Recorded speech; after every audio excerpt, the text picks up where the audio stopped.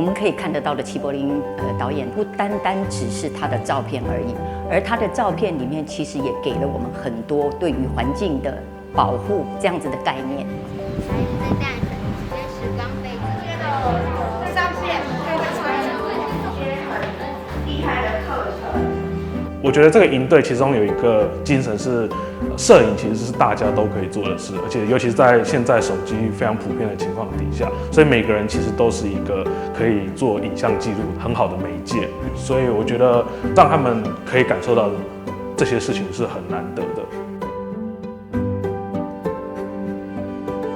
最有收获的就是学到很多种摄影的技巧。我觉得我自己讲报告有比之前清楚，然后参加比较多活动之后，就比较可以面对一些不认识的人。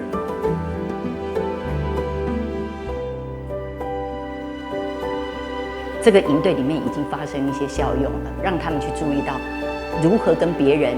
分享，或者是共事，甚至于团队精神的一个呈现，在这里面都发生了。